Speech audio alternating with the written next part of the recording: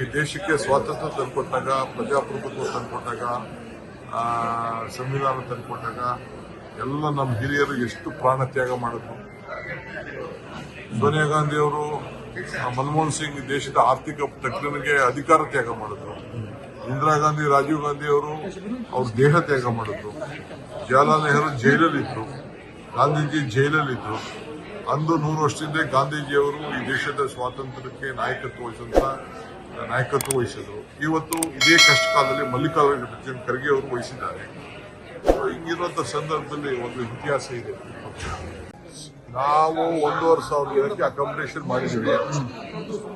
ಅವರವರೇ ಸುಮಾರು 2,000ಕ್ಕೂ ಹೆಚ್ಚು ಜನ ಅಕಾಮಿಡೇಷನ್ ಮಾಡ್ಕೊಂಡಿದ್ದಾರೆ.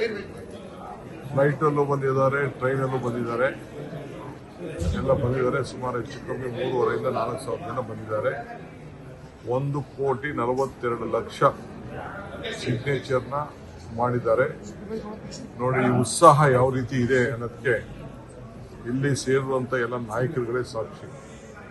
ಇಲ್ಲಿ ಬಂದಿರುವಂಥ ಪ್ರತಿಯೊಬ್ಬ ನಾಯಕರು, ಕಾರ್ಯಕರ್ತರು ಕೂಡ ಯಾವ ಕಾರಣಕ್ಕೂ ಈ ದೇಶದಲ್ಲಿ, ರಾಜ್ಯದಲ್ಲಿ ಕಾಂಗ್ರೆಸ್ನ ಉಳಿಸ್ಕೊಳ್ಬೇಕು, ಈ ಮತದಾನದ ಹಕ್ಕನ್ನು ಕಾಪಾಡಬೇಕು, ಕಾಂಗ್ರೆಸ್ ಈ ದೇಶಕ್ಕೆ ಕೊಟ್ಟಂತ ಕೊಡುಗೆನ ನಾವೆಲ್ಲ ಉಳಿಸ್ಕೊಳ್ಬೇಕು ಅಂತೇಳಿ ಎಲ್ಲ ಬಂದಿದ್ದಾರೆ.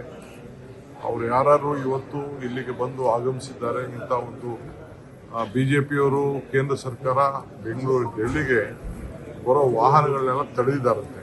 ಈಗ ಬೆಳಗ್ಗೆ ಬಂದಂಥ ಮಾಹಿತಿ ನನಗೆ. ಯಾರು ಎಂಟ್ರಿ ಮಾಡೋಕ್ಕೆ ಬಿಡ್ತಾ ಇಲ್ಲ ವೆಹಿಕಲ್ಗಳು ಅಂತೇಳಿ. ಸೊ ಯಾಕೆ ಈ ಥರ ಮಾಡ್ತಾ ಇದ್ದಾರೆ ಗೊತ್ತಿಲ್ಲ. ಎಷ್ಟು ಸಾವಿರ ಜನ ಸೇರ್ತಾರೆ, ಯಾಕೆ ಇಷ್ಟು ಗಾಬರಿ ಮಾಡ್ಕೊಳ್ತಾ ಇದ್ದಾರೆ ಬಿಜೆಪಿ ಕೇಂದ್ರ ಸರ್ಕಾರ ಅಂತ ಗೊತ್ತಿಲ್ಲ. ಆದರೂ ನಮ್ಮ ಧ್ವನಿ ಯಾರು ಮುಚ್ಚಾಕ್ಲಿಕ್ಕೆ ಸಾಧ್ಯ ಇಲ್ಲ.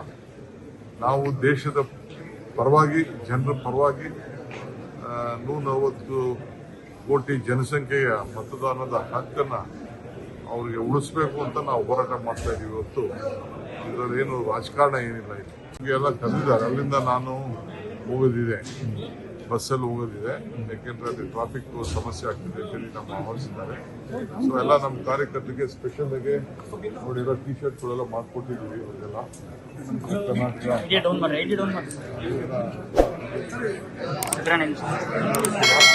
ಚಳಿ ಅನ್ನೋ ದೃಷ್ಟಿಯಿಂದ ಲೇಟೆಸ್ಟ್ ಹಾಗೂ ಇಂಟ್ರೆಸ್ಟಿಂಗ್ ಸುದ್ದಿಗಳಿಗಾಗಿ ಬಾಸ್ ಟಿವಿ ಕನ್ನಡ ಚಾನೆಲ್ನ ಸಬ್ಸ್ಕ್ರೈಬ್ ಮಾಡಿ. ಹಾಗೆಯೇ ಬೆಲ್ ಐಕಾನ್ ಪ್ರೆಸ್ ಮಾಡಿ. ಇದರ ಜೊತೆಗೆ ಫೇಸ್ಬುಕ್, ಇನ್ಸ್ಟಾಗ್ರಾಮ್, ಎಕ್ಸ್ ನಲ್ಲೂ ಮಿಸ್ ಮಾಡದೆ ಫಾಲೋ ಮಾಡಿ.